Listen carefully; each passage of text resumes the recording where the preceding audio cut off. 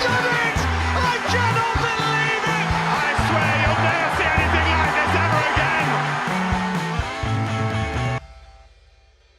Hello, we are Through and Go, a podcast where we talk about football and pretty much nothing else. I'm joined by my co-host Elliot. Say hello, Elliot. Hello, Elliot. Every time. It's always works. How's your week been? Yeah, it's been a good week. Football's come back, so that's always a bonus. That's the main discussion of this podcast. Is football is finally back. We will get into that. Obviously, we want to talk about League One and League Two because there's been some developments in there. A few Premier League stars have obviously been a little bit outspoken this week. Obviously, the Premier League returning. And then we'll get on to our main feature today, which is if the Euros were happening next month, based on this season alone, who would be in our 23-man England squad? Yeah, we'll get to that a bit later. Looking forward to that because I think we could be quite. We'll get onto it, but I've got quite a few strikers that I just couldn't leave out. Yeah, it was a tough one, and also I think there could be a big difference between the players going this summer and the players that are actually going next summer. Absolutely, yes. Depending on a couple of clubs where they go, but we'll get into that a bit later. So, Elliot, happy days. Yes. Saturday, 2:30. BT Sport kick-off. Oh, how good was that? That was good, and good game to start off with as well. Dortmund, really good game. Yeah, Dortmund were. They looked sharp. They looked good. They looked like they'd been training all the way through lockdown. That's it.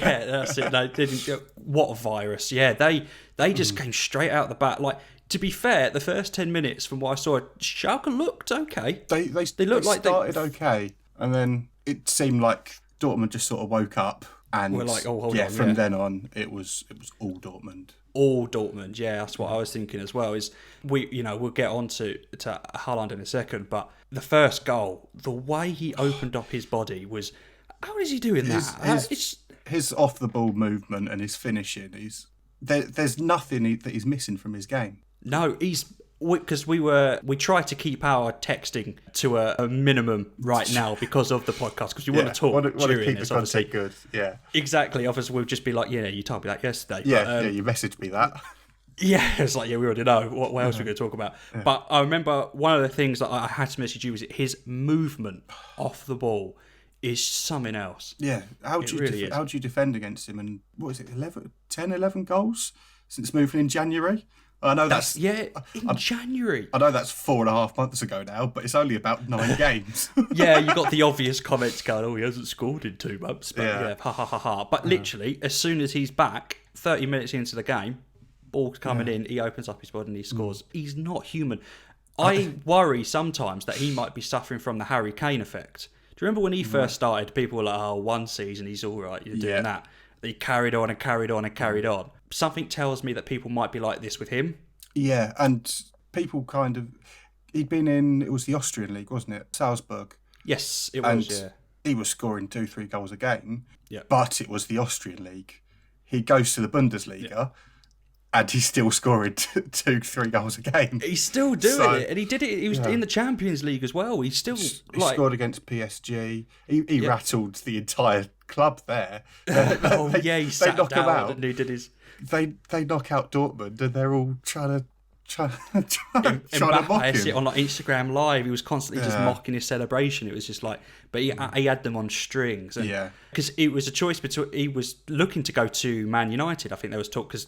Solskjaer worked with him, I think, where he worked. Was it? Was it Mulder?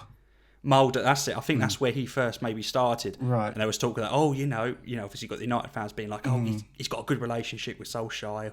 He'll be brilliant. He chose Dortmund, which I think was a little bit of a shock at the time. Yeah. I think we were like, okay, fair enough. He's just...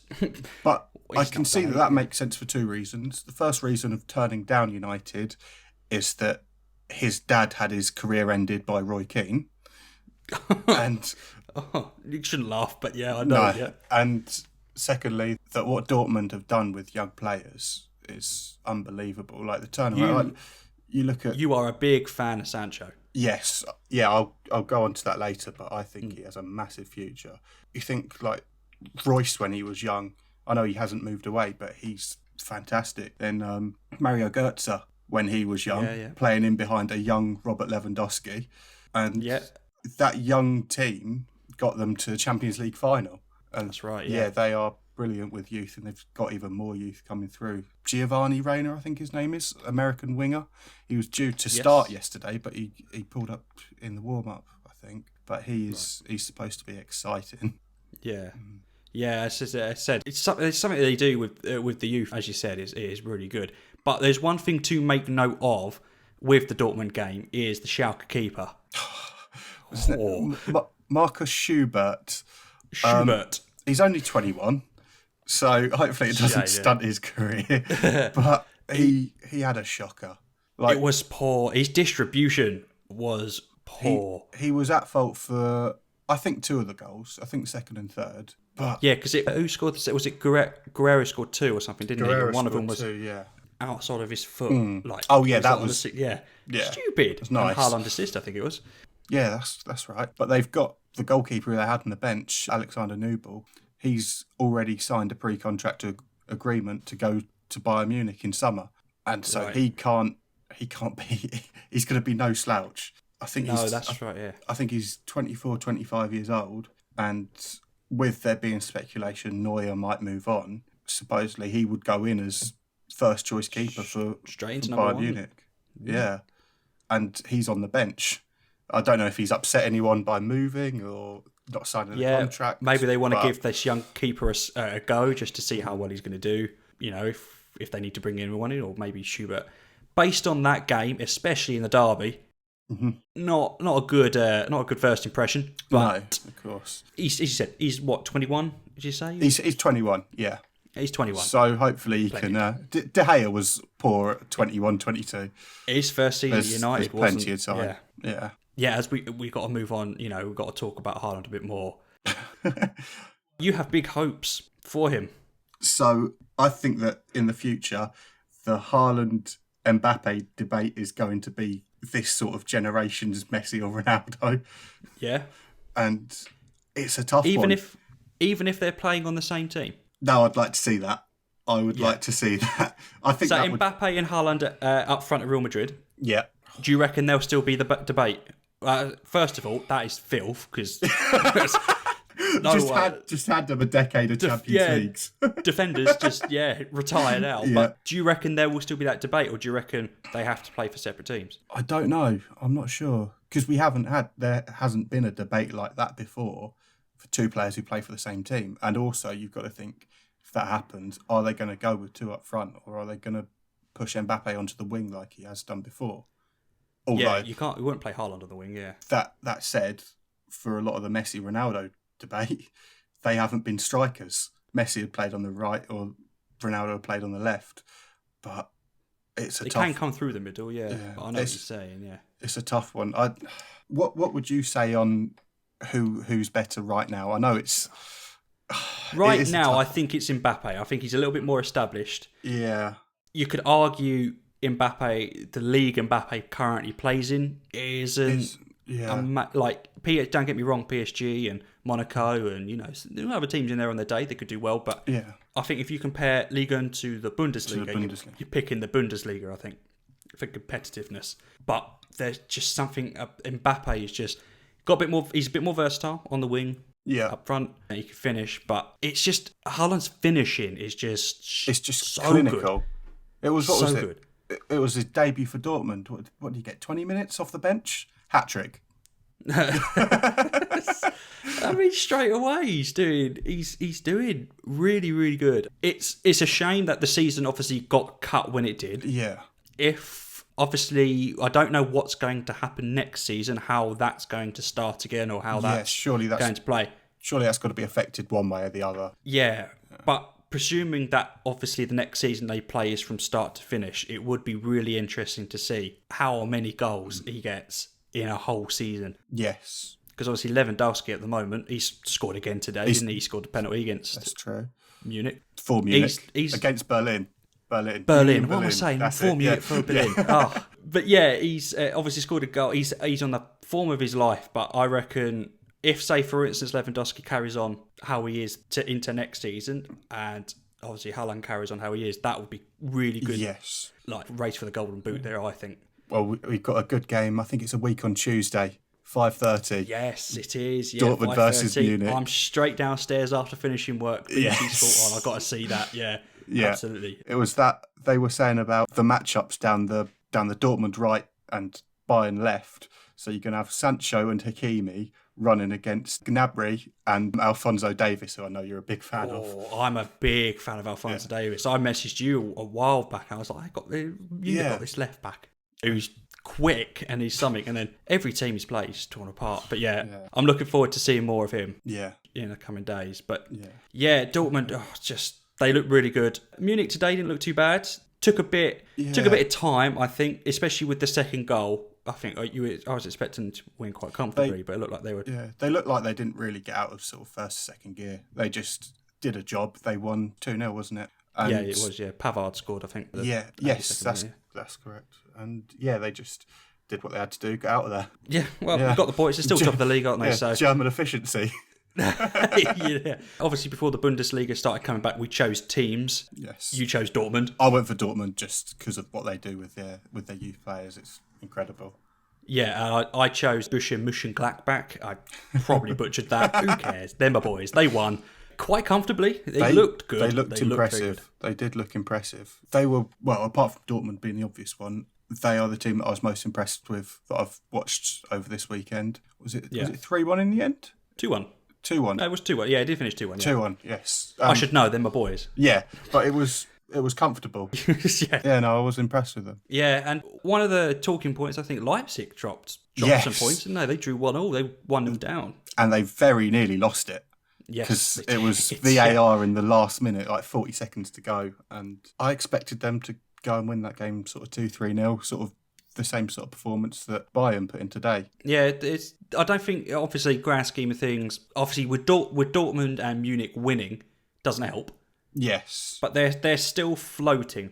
Obviously, when Dortmund and Munich, play each other next week, as long as Leipzig get a result, they could bounce back into it. Did you miss VAR? It still takes a while, doesn't it? It does. There was one occasion. It was the spirit of David Nugent lived on today when Thomas Muller tried to steal a goal off of. Was that Alphonso Davies? No. It was Gnabry. Gnabry tried to header it. Okay. Yeah. That's it. And it was rolling in. And he pokes. It was. I think. Yeah, the ball I think was going in, maybe off the post, but it looked like it was going towards goal. He pokes his leg out, taps it in. And because he's done that, he's offside. But then I don't understand why they took sort of 2-3 minutes over it. Did take a while in it. And in the game before it, Mainz had a penalty. Or I don't think it was Mainz. It might have been Cologne or something. Yeah. They had a penalty. And the referee was confident. He got pushed over. He was like, straight away, pen. There you go. And yet it still took another 2 minutes for VAR to be like, well, hold on, we need to check if it's offside. Yeah. In the lead up to the play. I feel like that could have been a lot quicker than 2-3 minutes. Yeah, it's weird because without the fans there, the VAR build-up, do you know what I mean? Like, we kind of just sat there in silence going, okay. So what's happening? What's happening next? Yeah. With the fans, with the build-up, VAR obviously is that tiny bit better, and I say tiny. But I was going to come on to it. It was a bit different listening to a football game. Watching it was still the same, but... Yeah. Hear it, no one. Yeah, it is odd, and the thing that immediately struck me on the early game yesterday was that the players on the bench, they're sort of 2-3 seats apart in the stands, and they're wearing gloves. Well, I don't know if they're wearing gloves actually, but they were wearing face masks and everything. Face masks, yeah. So yeah, they're socially distant.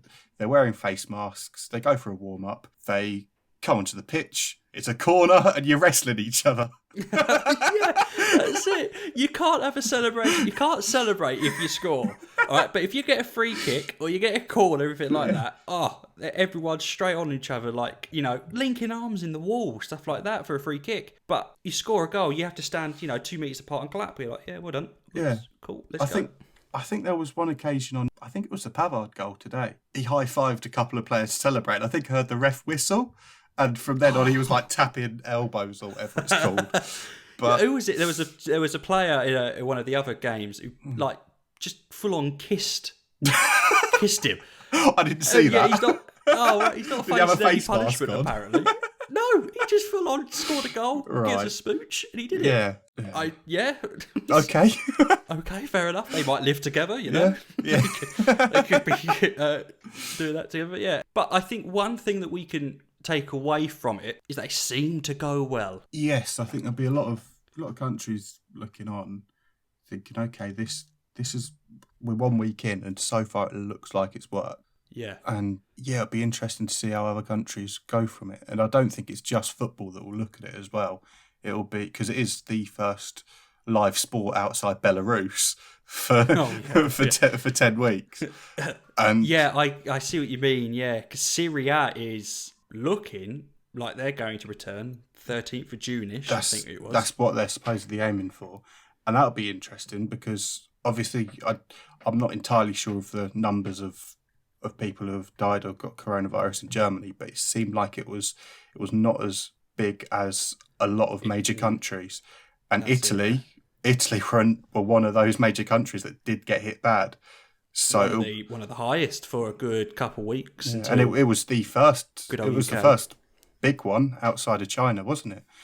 Yeah, it was, because Syria and then Italy, and then it was Spain, I think. Yeah. Yeah. So it'll be interesting to see how they return, because I'm not sure if it'll be as easy or as straightforward as Germany. Just under a month now, isn't it? Yeah. Obviously, I know the Premier League higher ups will probably keeping an eye on that as well. Yeah, no, it's an interesting one, and I'm pretty sure the title race there is very close. So it's not you can't go settling a title race where it's a matter of 1 point or 2 points on points per game or anything like that. So I think they're trying to force it to get played, and I just hope it's safe to play. Speaking of points per game, yes, big news coming out this week. League Two have pretty much every team pretty much unanimously came out and said, "Yeah, let's finish the league. Let's stop it now." Obviously, still got to get the FA and the EFL to still needs to be approved and everything. That's huge. That's big quite news. That's big news for English football there. Yeah. What do you think? Yeah, it's an interesting one because it seems, first of all, a little bit surprised that the EFL are letting each league do it individually because it might have knock-on effects to the other leagues. But it seems sensible, and I saw a couple of reasons as to why it makes sense. One is that League Two clubs simply cannot afford the testing that players will be getting in the Premier League, and I'm sure there are in Germany, and also some that are very close on the money. I saw suggestions that they can't afford to take the players off of furlough to play them when they're not going to be getting revenue for fans coming to games. It seems the right thing. Obviously, because the conference, it was about a month ago, I think, they said, no, let's quit it. And then I don't think any decisions come out just yet on if Barrow are going up. Yeah. I haven't heard anything since. But interestingly enough about League Two is that I believe the chairman of Stevenage, because if they were to do points per game, Swindon, Crewe and Plymouth, they're up. Yes. They're done. You know, congrats. I think it was Swindon and Crewe, I think, swap places. So technically, Swindon are champions, even though Crewe right now are top. Right, okay. Still go up. Obviously, for the trophy cabinet, it might be a bit different. However, Stevenage have come out and basically said, I don't think we should be relegated. Right. But Stevenage had really been sort of shoo-ins for relegation all season, hadn't they? They've been horrible this season. It all started when they unveiled that Burger King kit. I completely forgot about that. Was that the one that had supposed mustard and ketchup stains down? Mustard and ketchup like dripping down on the kit. Yes, what a kit. Keep them up for that alone. Yeah, that's it. That's a good bribe, isn't it? Yeah. Yeah, we'll give you free Burger Kings. Yeah. But if teams go up, surely you should have losers. If you've got winners, you should have losers. Yeah, that is not. Because on a points per game basis, Stevenage is still rock bottom. Nothing changes, and I don't think it's close. No, I think there was one club. I can't remember off the top of my head who it was. I want to say it might be Macclesfield. I'm probably wrong on that. That they'd been given a points deduction while in lockdown, but they were still quite a distance ahead of Stevenage. I think it was 3 points. I don't think it was too much, but yeah, they did get a point. They didn't play players on time or something. Yeah, it still wasn't. It wasn't going to send them down. No. Yeah, I think if you'd had as poor of a season as Stevenage had, you probably deserve to go down. But then you can't blame them for trying to stay up. It's in the circumstances, I guess, all the clubs, unanimously said, let's end the season. So if you're kind of wanting to end the season, you've got to take, I don't know, I guess it depends on the conference as well, because obviously there is a team short in the Football League with Bury getting... going out of business. I think I read somewhere that they might be applying to go into the conference, but... Right, okay. I haven't looked too much into it to talk about it, but I feel like I've read something there. So that would mean 2 teams would come up from the conference. If 2 teams are coming up, that's a team over, so a team would have to be relegated. I don't know. Yeah, it's a tough It is one. interesting to see what... I think the next step is the EFL and the FA. Yes, if they say needs that's approval. Fine. Also, Interesting if they say no. One last point on that is supposedly one of the heroes of that decision was Port Vale, because they were 7th in the league. I think I'm right in saying they were only 1 or 2 points off the playoffs, so it was feasible that they could have got into the playoffs with 10 games or however many it was left in the season. And they agreed on that, down to safety and down to financial stability of these clubs. So they've sacrificed a potential playoff spot so that it can be done. Of other clubs. Yeah, no, good for them. That is good. But yeah, another thing to note about what you obviously just said, obviously allowing League Two to every league seems to be allowed to do a separate thing in regards to how they finish the season. Obviously, still under the same umbrella of EFL, but I just find it interesting how League Two could have their own decision and League One and Championship still talking like League One are quite indecisive at the moment. But there have been semi-talks of League One, I think, going down that route of points per game. Yeah, because hadn't there been a suggestion of something that could benefit Gillingham? Oh, don't get me excited. Gillingham are 11th currently. Yes.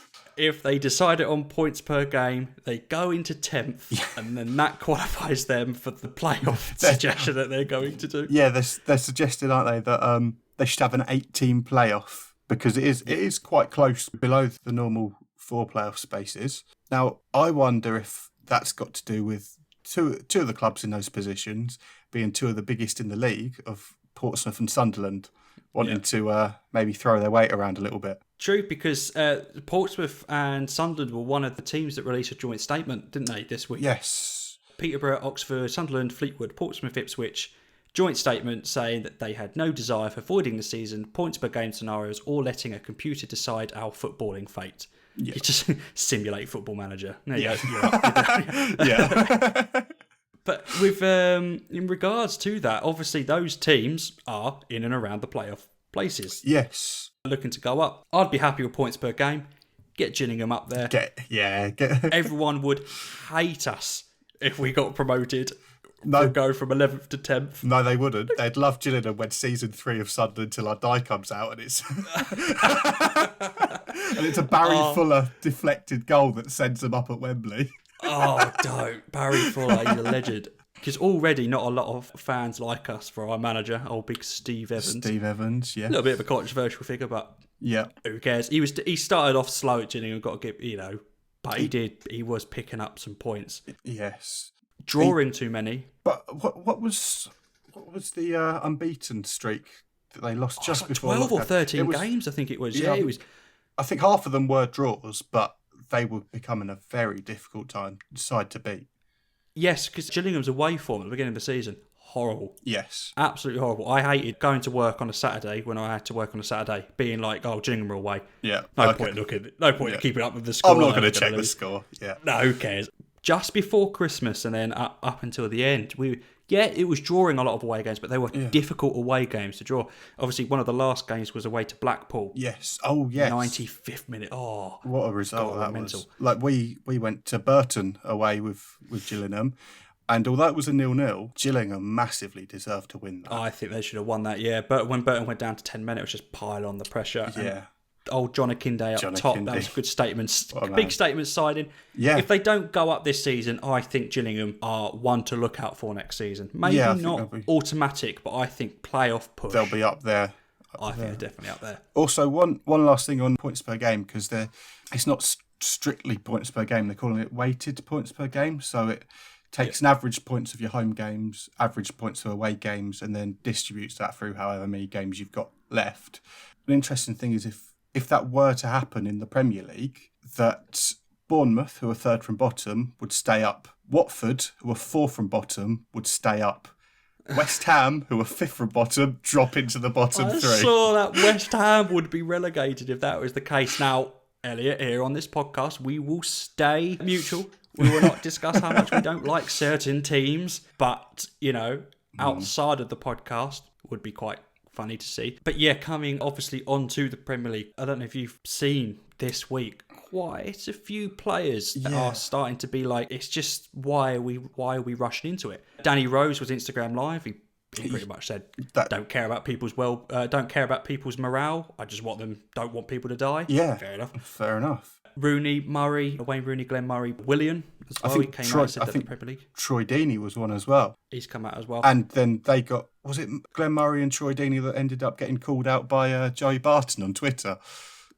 Probably. Yeah. I didn't see it, but it sounds about right. Joey Barton. Why are we in a rush? I know. I think there's not a lot to be decided in the league. It's relegation mainly and the sort of Champions League race. Yeah. League's been decided, hasn't it? But yeah, it seems forced, and especially with the numbers of people dying and getting infected every day. Still, they're on the way down, but they're still high. It feels like it's a bit forced. I understand that sometimes you have to look at it from a business point of view, and yes, a lot of teams will be losing a lot of money. Yeah, for sure. But at the end of the day, as you said, people are still dying, and I get it. There's nothing more that I would love in this world is to see Premier League football, Championship, League One, League Two all resume. Yeah.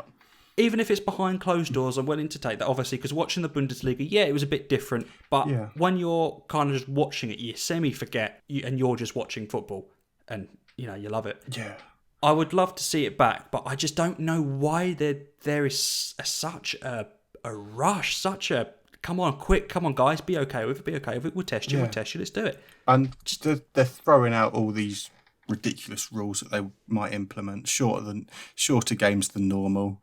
Yeah. And neutral venues. Oh, I think when it's safe, play it. But until then, don't. Yeah. Yeah. Vote Elliot for Ryan. Yeah. But yeah, as you said, league's decided. Relegation, little bit of a fight, but obviously that will do there. But I'd love to see it back, but let's not rush into it. We'd all love to spend Saturday afternoon on a terrace in some little town that you'd have absolutely no reason to go to otherwise. Yep. But unfortunately, right now, that just isn't possible. I miss Jeff, but I want to see him back. I miss Jeff so much, but I want to see him back in an environment where it's safe to return. Yes, of course. But that's about as political as we'll ever get on this podcast. Elliot, I'm going to bring up some horrible memories. It's a bittersweet memory, I like to think, potentially. Anniversary this week of the FA Cup final between Arsenal and Hull. So, it was 6 years ago to the day as we're recording this. Yeah, who'd have ever thought that little Hull City would ever make it to the FA Cup final? What a run it was. I didn't get to the third round game because that was away at Middlesbrough, and with the greatest respect to Middlesbrough, no one wants to go to Middlesbrough. Right, yeah. Then I think it was Nick Proschwitz and Aaron McLean that scored 2-0 win. We then had a nice Saturday afternoon down on the beach in Southend. 2-0 win. What a day that was. Packed out away end. Was I there? You were there for that, yeah. I was there, yeah. Matty Fright with a couple of goals. It's a tin shed that away end, isn't it? Yeah. I feel like the next round was again down on the coast. Monday night in February, Brighton away. Brighton, I remember that one. We drew that 1-1 because we'd originally equalised like the 80th minute or something like that. We'd originally gone 1-0 down from Premier League winner Leonardo Ajoa. A big Yannick Sagbo got us back into it. I feel like there might have been a game, I can't remember. I can't have gone to it. Oh, we had the replay against Brighton. I think that was 2-0. Yeah. I can't remember who we got in the next round. Then we had Sunderland in the quarterfinals. 3-0 win. Pretty convincing. David Myler debuting his headbutt celebration after Pardew had nutted him. Then the semi-final is the biggest roller coaster of emotions I'd had because we were playing a League One Sheffield United team and we were Premier League. We were doing all right. We had a decent side. Everyone was just expecting us to go and win quite comfortably, get to the FA Cup final. It was not that easy. 2-1 down at half-time, a Sheffield United team with a young Harry Maguire in it. And somehow I ended up getting myself through that day. And we won 5-3. Oh, yeah. What a day. I remember coming out of Wembley thinking, my God, what have City put me through today? But we've made it to the FA Cup final, and it got worse, they put you through there. No, that was, up. Yeah, that's as close to trauma as I think I ever got. Because in the week sort of preceding the final, I'd got myself in the mental state, we're going to lose. It's Arsenal. They're better than us. They've got better players. They're 9-10 years without a trophy. Just enjoy the day. You're going to lose. Now, 10 minutes in, we're 2-0 up. The worst possible thing that could have happened. Right through your head, yeah. Yeah. Yeah, because at that point, I thought it's either going to be the best day of my life or one of the worst. And I remember not long after going 2-0 up, Alex Bruce had a header cleared off a line by Kieran Gibbs. If that had gone 3-0, I think that would have been... I just think that would have been game over.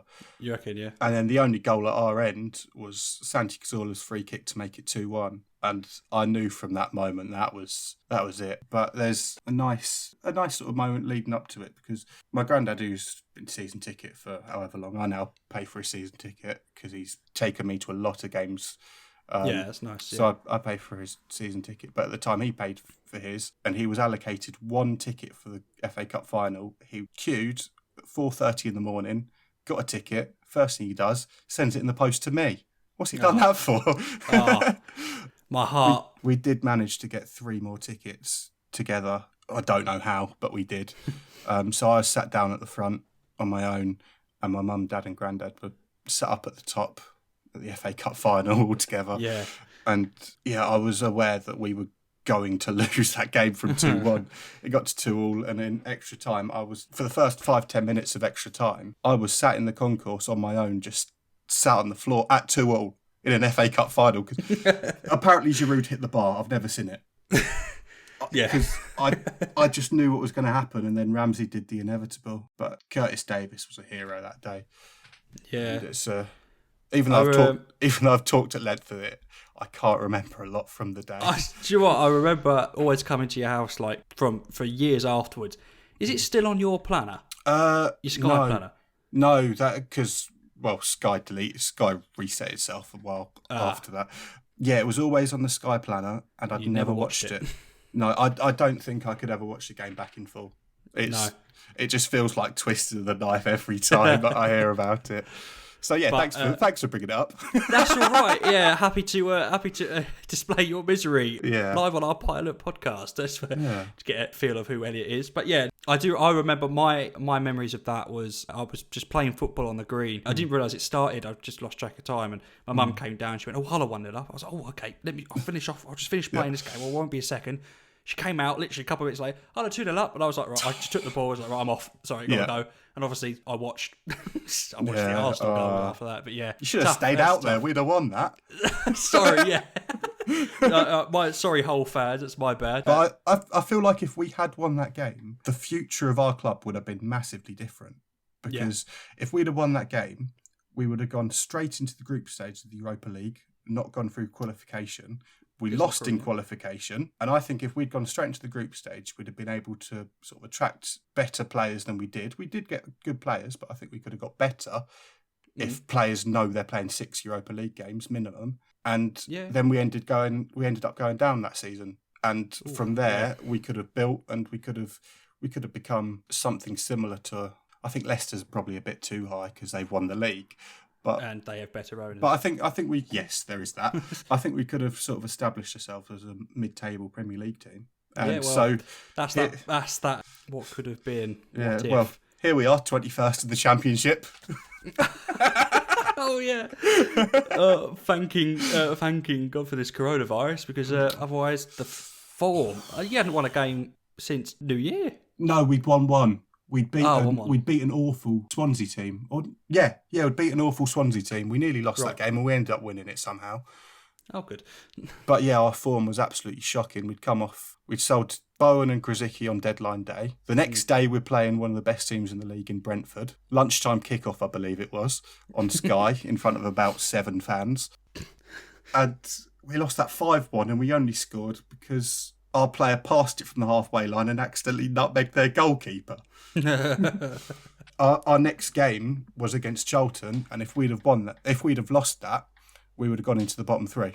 That was a longer whole segment than I was expecting. Yeah, it was longer than I expected. We've got that under small news on the notes. I did, yeah.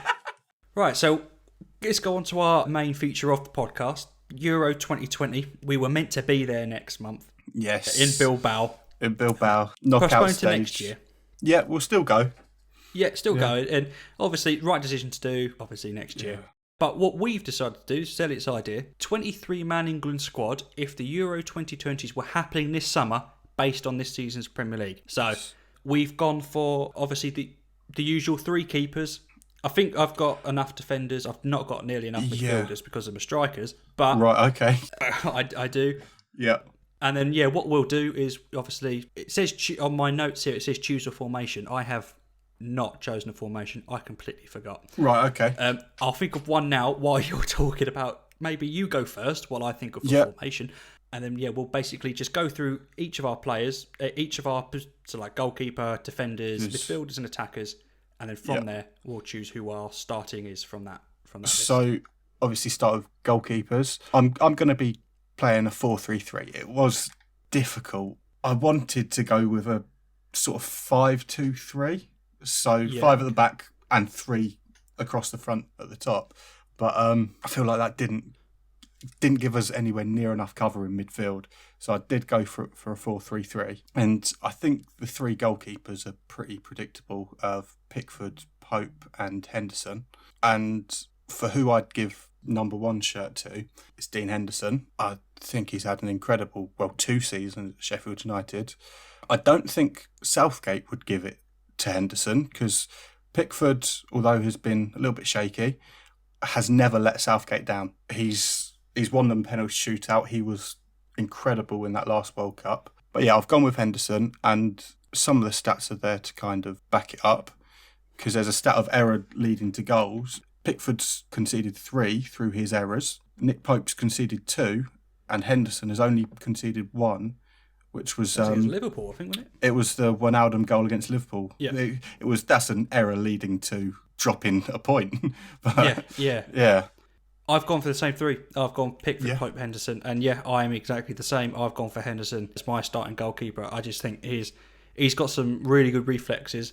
I think I don't think you can beat Pickford's distribution. I think that's one thing he tops over a lot of keepers. Just genuinely, I saw stats of goal kick distribution, and Henderson and Pope, they are all just long balls, try and find a big man, something like that. Whereas Pickford, although he's probably got the longest kick out of any of them, he varies it a lot more. There's a lot more passes to players who are standing in the boxes, and he's got a lot more varied distribution as well as it being more accurate. Yeah, I think he's definitely got that above a lot of players. But Henderson, I mean, does he go back to United and challenge De Gea, or does he stay at Sheffield United where he'll be number 1?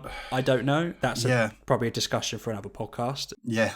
But in regards to, he's come up from the United Academy and there's talk of him challenging De Gea. That's how good he has been this season. Yeah. And as you said, last season as well, he was instrumental in Sheffield United going up from the Championship. So, Henderson's my style. I think I'm going to go for 4-3-3 as well. Okay. Yeah, looking at my players, I feel like it's probably the best way to go. But okay. Are you going 4-3-3 flat, or are you going? I'm going with a number 10 in behind the striker. See, that's exactly what I was thinking. Attack. Yeah. Right. So defenders, I've gone 2 right backs, 2 left backs, and 1, 2, 3, 4, 5 centre backs. I've done the same, but with 4 centre backs instead of 5. Oh, okay. So I've gone Alexander-Arnold and Wan-Bissaka as my right backs.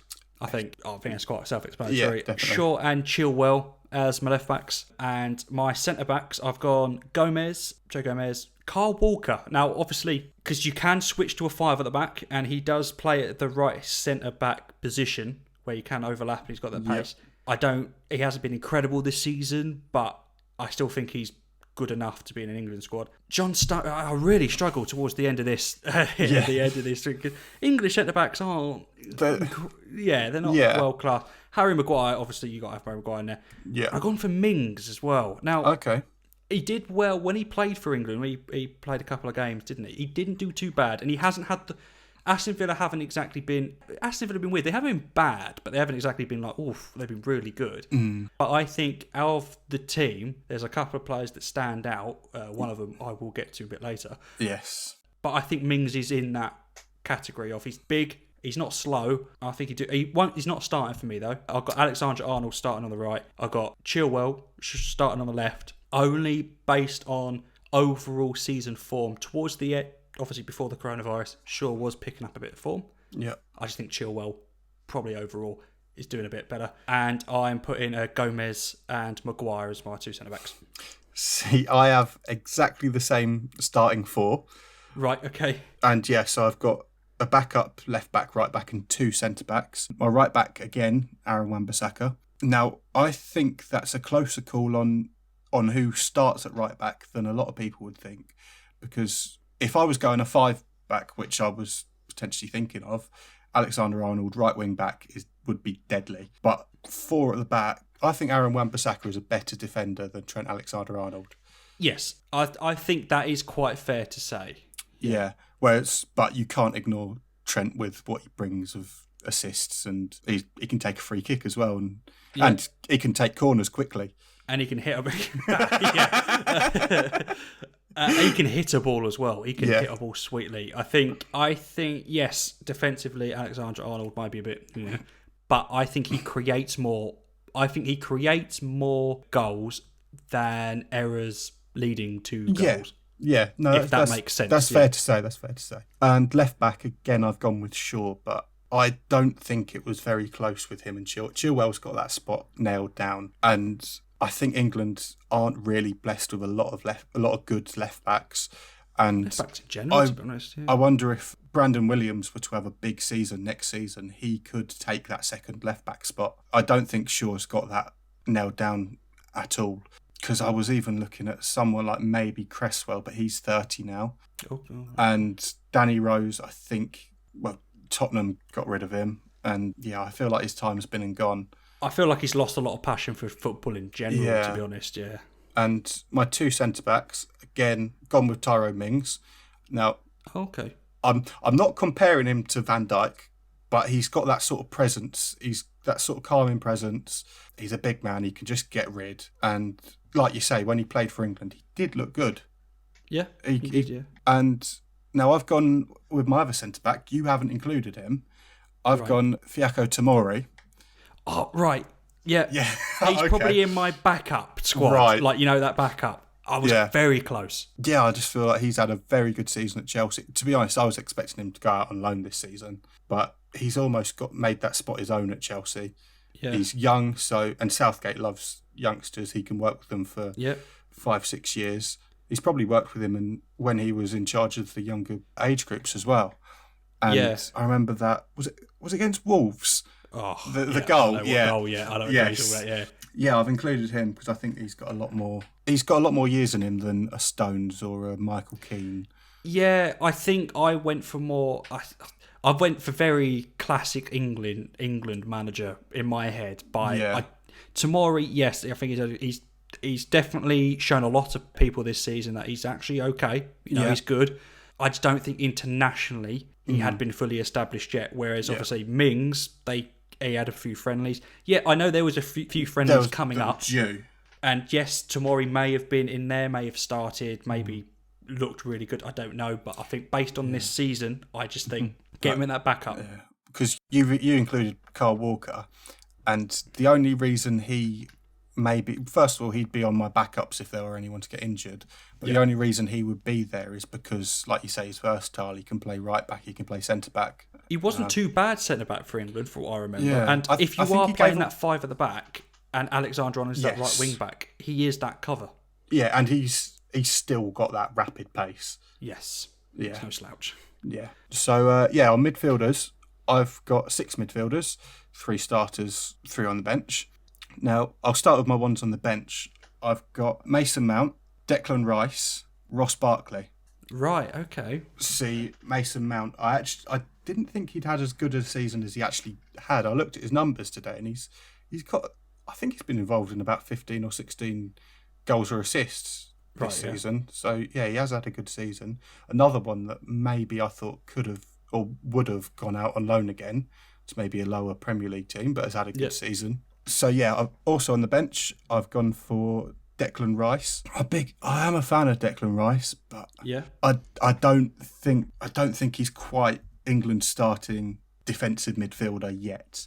I think maybe a few more years, maybe a move to a slightly bigger club could benefit him, but I don't think he's there yet. And Ross Barkley was a tough one because he does play well for England. He's one of those weird ones, isn't he? That club, but England, He's an Andros Townsend, someone who's going to retire from club football to focus on his international football. So, yeah, my starters, obviously Jordan Henderson.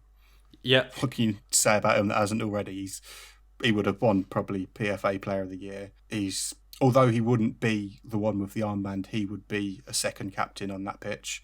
I agree. Yeah, I think he's an obvious one. And alongside him, I go Oxlade-Chamberlain for a bit more sort of legs in midfield. He can get up and down the pitch. He can hit a ball. And I think he's just been unlucky with injuries that he could have had a much better last couple of years if he hadn't have had that bad injury. And then starting number 10 behind the striker, I've gone James Maddison.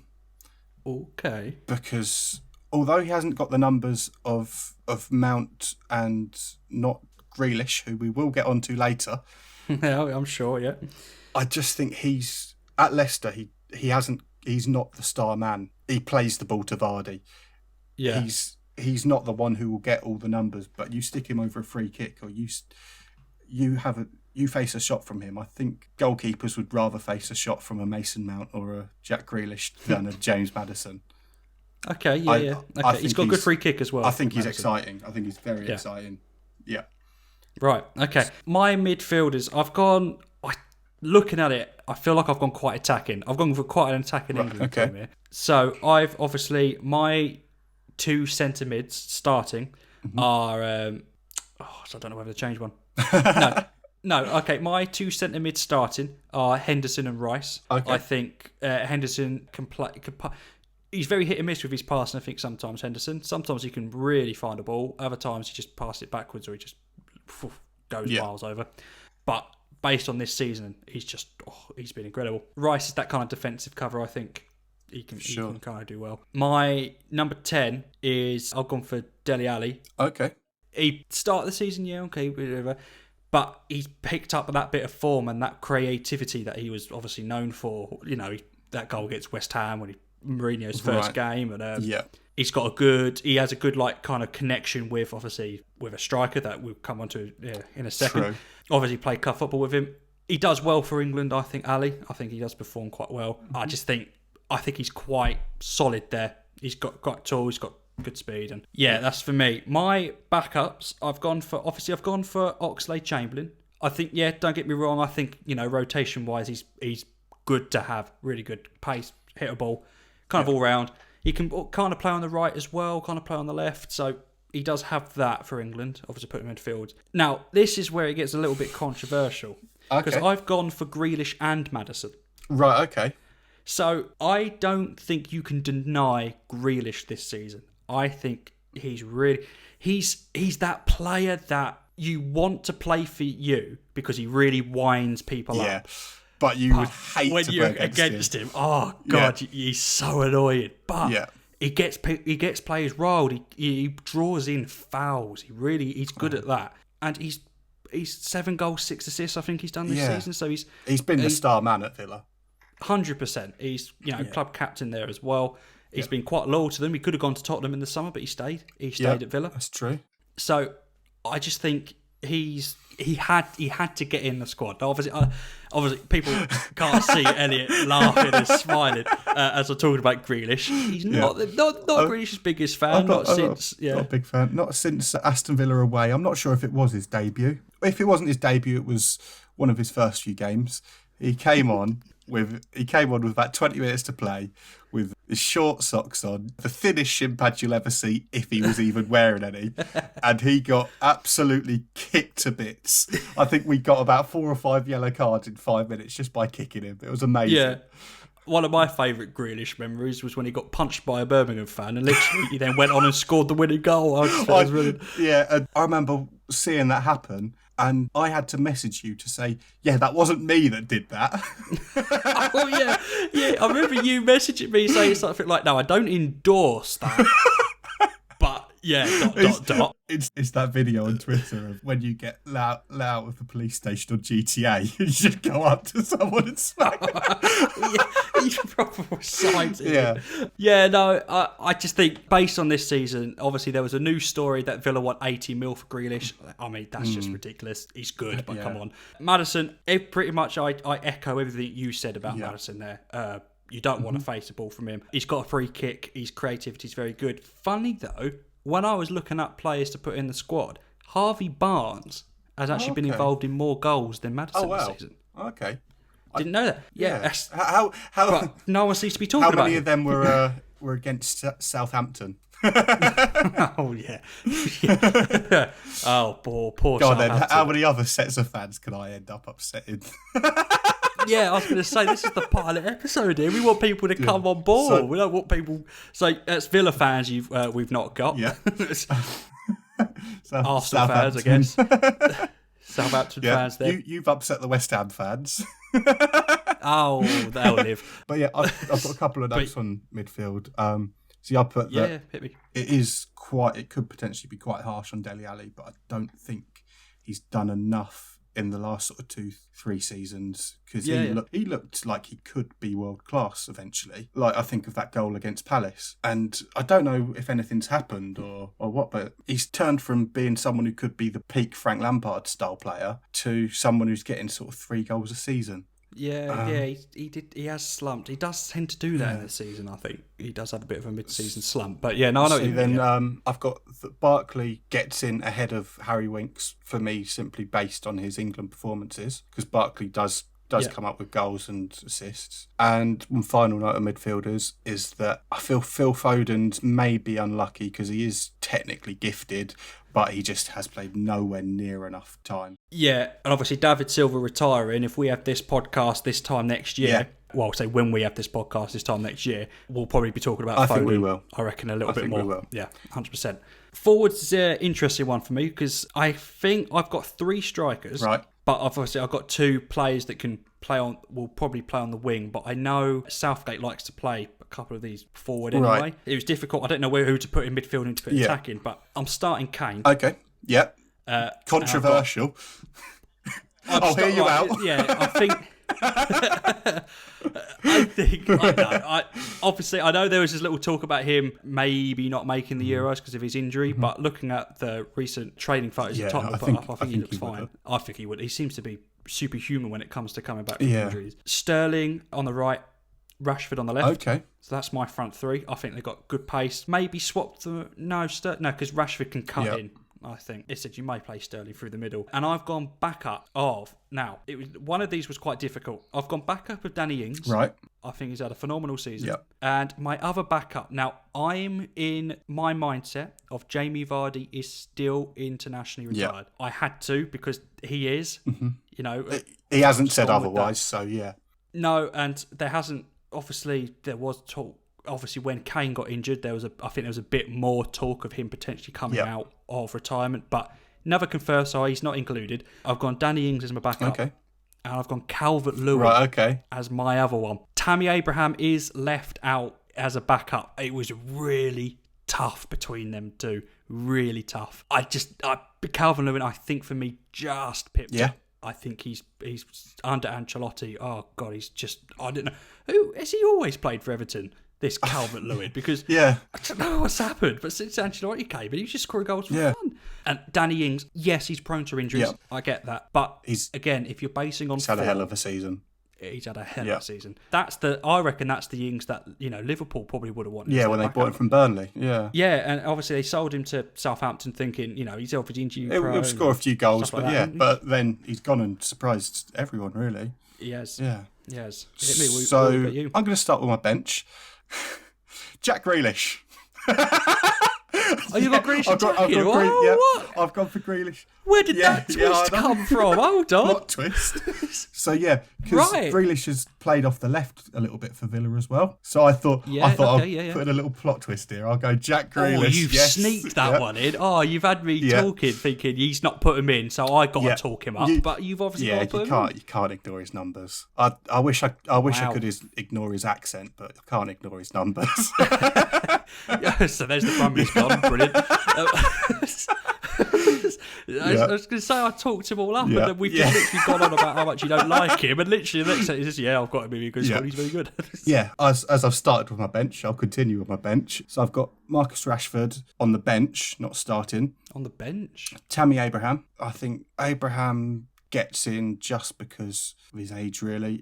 He'd get in instead of Ings for his age. Calvert-Lewin, I think, is unlucky to miss out, but I think Abraham's possibly just had the better season because Calvert-Lewin's only really sort of started knocking them in when Ancelotti came in, whereas Abraham has been up there sort of top few goal scorers the whole season. Yeah, and he made his international debut in, was it the last game at Wembley? I think he scored.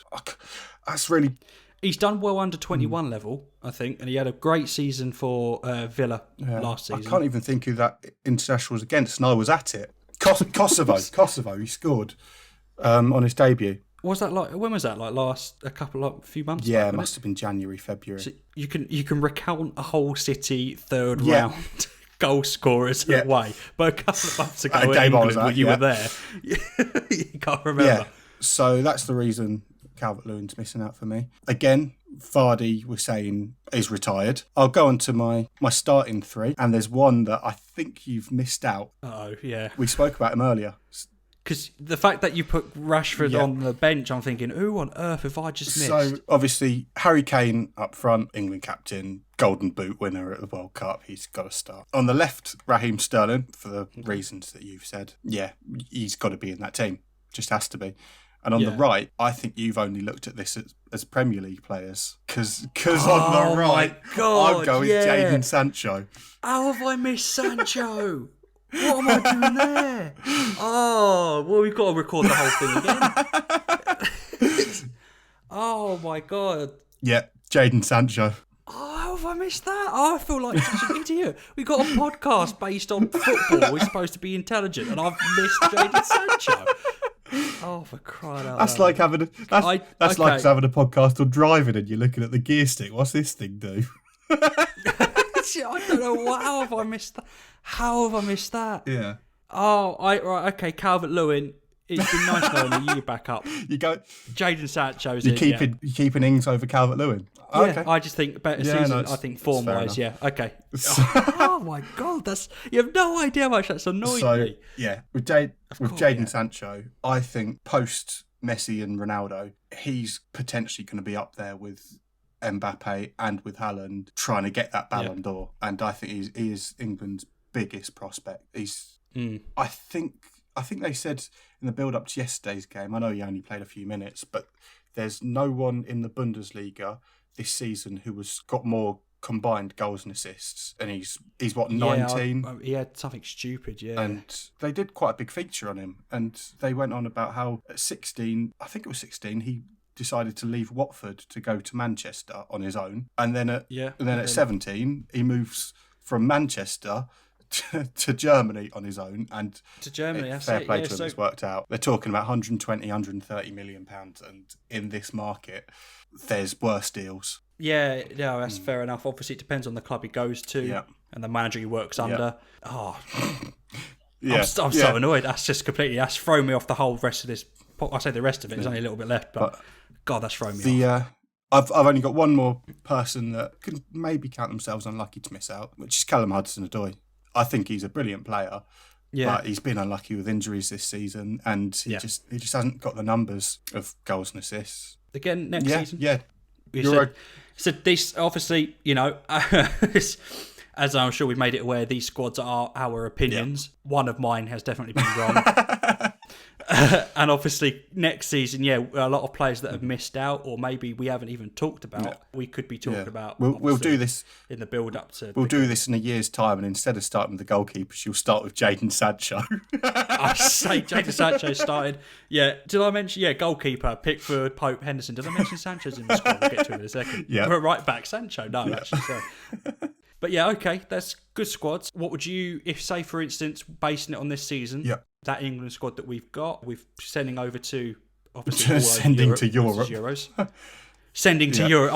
I forgot they're in different capitals, aren't they? Do you think we got a chance? I think minimum semis with that team. I think that semis, front three is one of the best international front threes in the world. I think I don't think there's a lot that can beat it. I think France is arguably one with a stronger front three. You're thinking Mbappe, you're thinking Coman, you're thinking Griezmann. Mm-hmm. But I don't think there's a lot more that can beat it. I think we'd have to come up against France or potentially a Germany or a Spain on their form to knock us out. Holland as well. Holland's a brilliant shout. Holland, I think they're my outsiders to win. That's a good shout. I don't know if I don't know if Holland have enough of a goal threat though.